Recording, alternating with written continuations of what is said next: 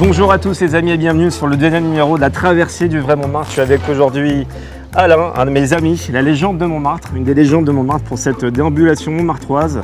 La traversée du vrai Montmartre avec une Cadillac d'époque de 76. On va redécouvrir la rue des Poulbeaux, la rue Norvin et notamment le Turban Bar. On va revenir. Turban Bar, rue Paul Albert, sur la petite place. Voilà, ça va être génial. C'est déjà la Californie. On est déjà en Californie. Ouais, c'est presque Santa Monica là. Allez, c'est parti les amis.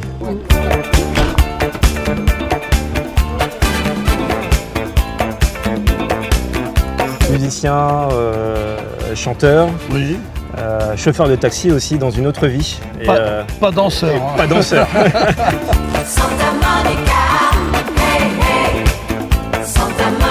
C'était début, comment t'en es arrivé à commencer la musique, à chanter, à composer à quel moment tu as eu ce déclic-là? Écoute, mon frère écrivait des chansons pour des artistes d'une autre époque, notamment des artistes qui vivaient à Montmartre, comme Philippe Clay, Colette Renard, voilà, tout ça. Et mon frère, mon grand frère, était un très bel auteur. Et voilà, il m'a donné le goût d'écrire des chansons, quoi. Voilà. Mais ça, à quel âge? C'est une dizaine d'années, c'est assez jeune. À moi, ça a tout de commencé, suite, tu savais que tu souhaitais faire ce métier, en tout cas un métier artistique. Vers les 15 ans à peu près. 15 ans, et d'ailleurs mon frère a écrit une chanson qui s'appelle Les Amours à 15 ans. Les Amours à 15 ans. Et donc voilà, et puis je servais dans le bistrot de mes parents, voilà. Maman a eu 7 restaurants, dont 2 à Montmartre. Un rue de Provence qui s'appelait La Providence, c'était un endroit merveilleux. Donc tu es né, je suis né dans le bistrot. Dans le bistrot à Montmartre. Alors effectivement, à Montmartre, avant d'avoir cette carrière importante avec beaucoup de morceaux, moi qui me plaisent énormément, on y reviendra tout à l'heure sur la place du Tertre, les années disco. Comment tu situes cette période où tu étais justement avant d'être devant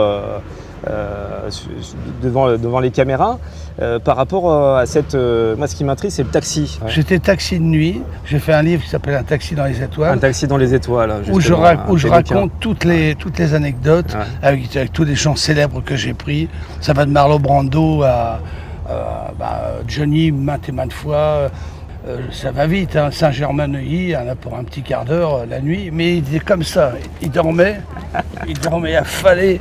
Je dis, j'arrive à destination, je connaissais son adresse, j'allais pas le secouer et lui dire oh. Ouais, bien sûr. J'étais vachement gêné, il dormait vraiment bien. Alors, et à la radio passait discrètement, tout doucement, une chanson Retiens la nuit. Retiens la nuit. Ouais. Alors j'ai eu la bonne idée de monter le son. Ça l'a fait réagir, il était mort de rire. Il me dit, tu sais qui est-ce qui a écrit ça? J'ai dit, oui, Charles Aznavour. Je peux même te dire mieux, monsieur Georges Gavarens. Ah là, il m'a embrassé. Il m'a fait un bon pourboire. Il me rappelle, il me dit, Alain, tes producteurs, c'est RTL. On a enregistré la version définitive. Ouais. Et c'est ma femme Noël qui, un matin, me réveille, elle me met le transistor sur le lit, elle me dit, écoute. Et je commence à passer en radio.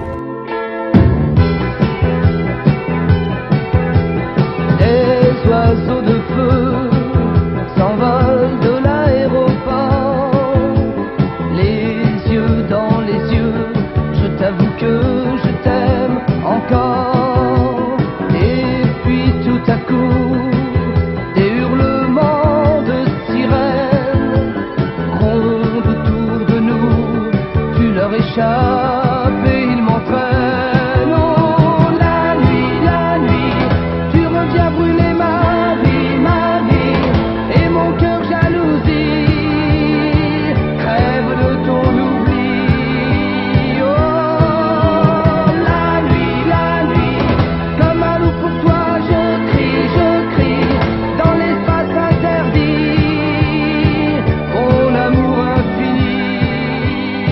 Vraiment ces boules de neige. Oui, c'est les tournées d'été, les podiums, les interviews, les radios.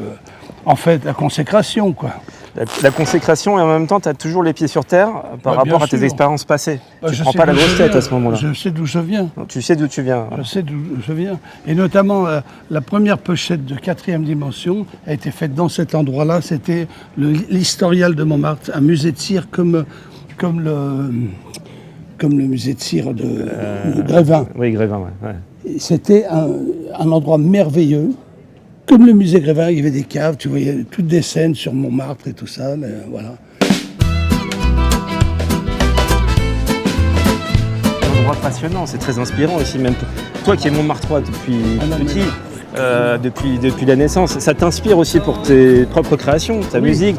C'est obligé de rester dans un quartier qui est inspirant et artistique. Mais attends, mais tous les artistes qui sont passés ici, c'est un fluide terrible. Ouais. Tu sais, moi je crois à un monde parallèle. Eh bien, il y a ceux qui sont. C'est une quatrième dimension finalement. Ah oui, mais là vraiment. Alors là, on arrive devant la mère Catherine. Si vous voulez nous raconter l'origine des bistrots. L'origine des bistrots. Ici. Ouais. De la mère Catherine. L'origine des bistrots, ça vient là. Formidable. Tu vois, regarde, là, en 1800, le 30 mars 1814, les Cosaques lancèrent ici en premier leur très fameux bistrot. Bistrot, ça veut dire vite. Comment vas-tu? Salut, ça va? Je vous présente Jean-François Roch, le magicien de cet endroit. Voilà, fondeur 1793, la mère Catherine. Et puis le mot bistrot qui est apparu. Qu'est-ce que tu aimes le plus à Montmartre? Qu'est-ce qui te fait vibrer le plus? C'est un village. Un village. C'est un village qu'on retrouve dans le quartier de Paris. Et puis avec des personnages Avec comme Alain, ça. tu connais depuis longtemps alors? Depuis mon arrivée à Montmartre, une vingtaine d'années. Une vingtaine d'années déjà. C'est ça. La célèbre bohème, la bohème. La bohème. Baptisé, communié dans l'église Saint-Pierre de Montmartre. Il faut savoir que cette église est là bien avant le Sacré-Cœur. Bien avant le Sacré-Cœur. Au 80 rue des Martyrs, ton cabaret aux 1000 désirs, le monde s'est donné rendez-vous pour ton anniversaire. Elle a commencé quand j'étais chauffeur de taxi. Oui, donc dans les années 70. Voilà, 60, j'étais 70. mignon et mon petit chauffeur. Et c'est Annette Charlot, le professeur de chant de Johnny, de Sardou, qui était rue Ordener, qui un soir, après un cours de chant, m'a dit « Est-ce que tu veux m'accompagner chez Michou ?» Je pensais que c'était le cabaret. Pas du tout, c'était son appartement privé. Et là, je l'ai connu comme ça, puis après, on est devenu amis pendant plus de 45 ans. Et surtout, je lui ai fait ses 80 ans au Trianon. C'est moi qui ai présenté. Les 80 ans, c'est incroyable, oui, la rencontre avec François. Donc il n'en voulait pas. Il faut que vous sachiez, les amis, c'est le créateur du Vrai Montmartre à mes côtés, du média Le Vrai Montmartre. Aujourd'hui, c'est effectivement, cette rencontre s'est faite au Trianon pour les 80 ans de Michou. Absolument. Ouais. Mais il n'en voulait pas. Il ne voulait pas François. Il me dit, je pose un attaché de presse. Et en fait, il l'appelait son attaché de fesses, d'ailleurs. Ouais. Là, on est au pied du Sacré-Cœur, Alain. Ouais. Michou nous manque beaucoup. Oui, d'ailleurs il est là-haut. Il est là-haut, il est juste là-haut, Michou. Michou, pour décrocher la lune, il faut la mettre en scène à Paris sur Seine. Merci Alain, merci. Merci. Croyez-moi. Michou!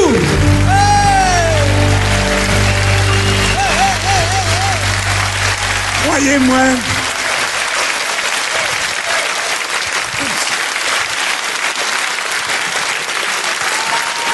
Merci.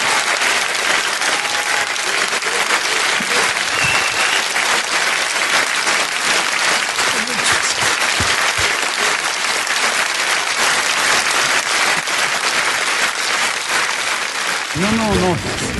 C'est un mec extraordinaire.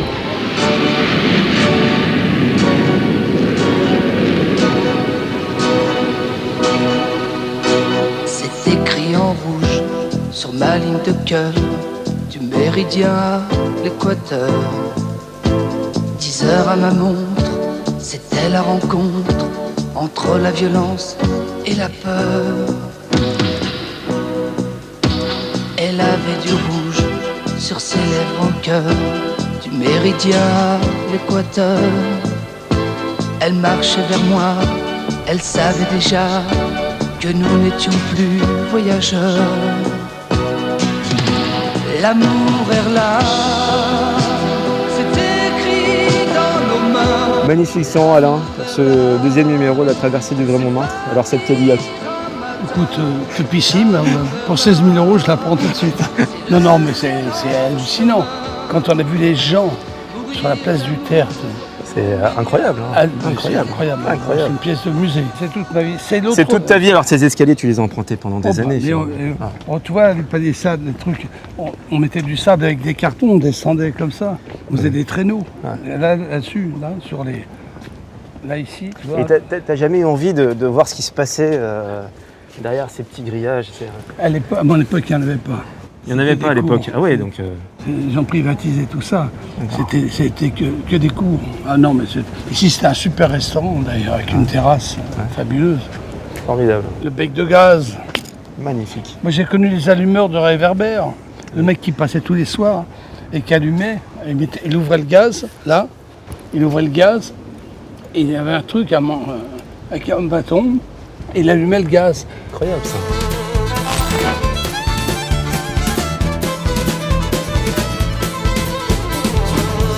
Il y avait un photographe ici, Gabriel, qui était une star, qui habitait là. Il photographiait tout le monde. Tout le monde. Et puis c'est les premières histoires d'amour ici. Les premières histoires d'amour, les premiers baisers. Vraiment, ça c'est vraiment le vrai Montmartre authentique. Alors on arrive, mon cher Alain, dans un endroit qui t'est cher. Ah bah oui. L'ancien Turban Bar. Absolument. Qu'est-ce que ça représente pour toi ce lieu? Et cette place qui est magnifique, là, avec la rue Paul Albert, la rue Muller. Enfin, c'est quand même incroyable. Là, on est vraiment arrivé dans le vrai Montmartre. Le Montmartre authentique. Ça, c'était une boulangerie. Je ne connais pas forcément les ici, c'était une boulangerie. Il y avait une boulangerie. Et mon terrain de jeu, c'était ici. Et quand je voulais aller à la campagne, j'allais là. Tu vois? J'avais tout. Tu sautais là. Et quand j'allais à l'école, en bas du funiculaire, j'allais à l'école Feuillatier, on descendait tous par là, quoi, les mômes. Puis là, ici... Tu entends dans les oreilles ces cris d'enfants, oui, en train de jouer, tout ça, ce parfum qui résonne bien avec ce temps de printemps. D'ailleurs, je ne crois pas, c'est bien de dire, l'ouverture du spectacle que je vais faire au Galabru, c'est une cour de récréation, on entend les gamins qui jouent comme dans la rue. Il y a ma grand-mère qui arrive, qui fait « Alain !» Alors je ne réponds pas, je suis en train de jouer avec tout le monde. « Alain !» Oh, il est encore parti le chameau. Et je rentre sur scène, je fais « Oui, le chameau c'était moi. » Le chameau c'était moi. Formidable. Et voilà, et ici c'était une... Alors c'était le Turban Bar, donc 1 rue Paul Albert. Paul Albert. Je suis né au-dessus. Tu es né au-dessus, au premier étage, à l'angle. Là. Au Turban Bar, viens je t'emmène. Au Turban Bar, Là c'était notre terrain de jeu, la rue Feutrier. Il y avait une petite rivière souterraine qui passait. Avec la neige, ça devait être incroyable. Oui, il y avait de la neige dans ces années-là. Il y avait encore de la neige. Même si le soleil de la butte, ça a toujours existé. Et ici, c'était une boulangerie, marchand de journaux. Ma mère, ici, le 14 juillet, faisait un grand bal. J'ai des photos. Magnifique. Et qui est venu ouvrir le bal avec ma mère qui habitait en bas, la rue qui est en bas, là. André Delsart, la rue André Delsart, qui arrive. Oui. Monsieur Jean Gabin. Ma mère, c'était le sosie de Michel Morgan. Je t'ai envoyé une photo. Oui. Ici. Et alors, c'est lui qui a ouvert le bal avec ma mère. Il y avait un orchestre ici. Incroyable. Et tous les ans, tout le 14 juillet, ma mère faisait bal ici. C'est l'endroit le moins connu. Il est moins prisé par les gens, mais quand ils découvrent cet endroit... Alors pour toi, c'est le vrai Montmartre, Alain. Je suis vraiment ravi de t'accueillir pour ce deuxième numéro de la traversée du vrai Montmartre. Et tu as une petite surprise, j'aimerais qu'on puisse faire venir en plateau notre ami Fred, Frédéric Zermati. Oui. Comment vas-tu, Fred? Mister Zermati. T'es toujours sur les bons coups. Fred, si quelqu'un chante Charles Aznavour, c'est lui. Depuis des années. Incroyable. La voix, Pourquoi Charles Aznavour? Qu'est-ce que ça représente pour toi? Ça un Montmartrois, quelqu'un qui connaît très bien ça représente d'abord... il a vécu à Montmartre. Il a vécu à Montmartre. Charles. Ouais. Donc il a chanté la bohème, il a chanté tellement de choses, il a chanté la France, et puis il a un répertoire tellement grand, tellement immense. C'est le répertoire qui m'a touché au plus profond de moi-même. Voilà. Aznavour, c'est dans mon bide. J'adore plein d'autres artistes français. Enfin bon, bien que Brel était belge, mais c'est le patrimoine français quand même. Mais j'adore plein d'artistes, Nougaro, Brel, Ferrat, Ferré, enfin j'en passe, j'en oublie certainement. Comment s'appelle-t-il, Gilbert Bécaud. Je veux dire, on a un patrimoine immense. Mais Aznavour, c'est quand même différent. La base, c'est Charles Aznavour. Voilà, le pilier, c'est Charles. Super. Exactement. Merci beaucoup Fred merci à d'être toi venu ce sur le petit plateau clin d'œil. de la traversée du Vrai Montmartre. Merci à Alain Et moi, j'ai une question à te poser. Oui. Toi, Montmartre, c'est quoi pour toi? Parce que, hein, Le Montmartre authentique, il se situe vers la place du Tertre, là où a œuvré mon beau-père qui était peintre sur la place du Tertre des années 70 jusqu'aux années 2010. Et le Montmartre authentique se situe place du Tertre pour moi, et c'est sûrement en haut qui se trouve le vrai Montmartre, plus qu'en bas. oui, bah oui, c'est sûr. Il y a le Montmartre d'en haut et le Montmartre d'en bas. Les gens d'en haut, les gens d'en bas. Exactement. Bon, qu'est-ce qu'on fait? On s'embrasse. Les amis, merci d'être venus, Alain Merci et Fred, pour ce Bonjour, deuxième Alain. numéro de la traversée du Vrai Montmartre. On se retrouve très vite avec de nouveaux invités. Et d'ici là, n'hésitez pas à vous abonner sur notre chaîne YouTube, Le Vrai Montmartre. À très vite les amis, ciao.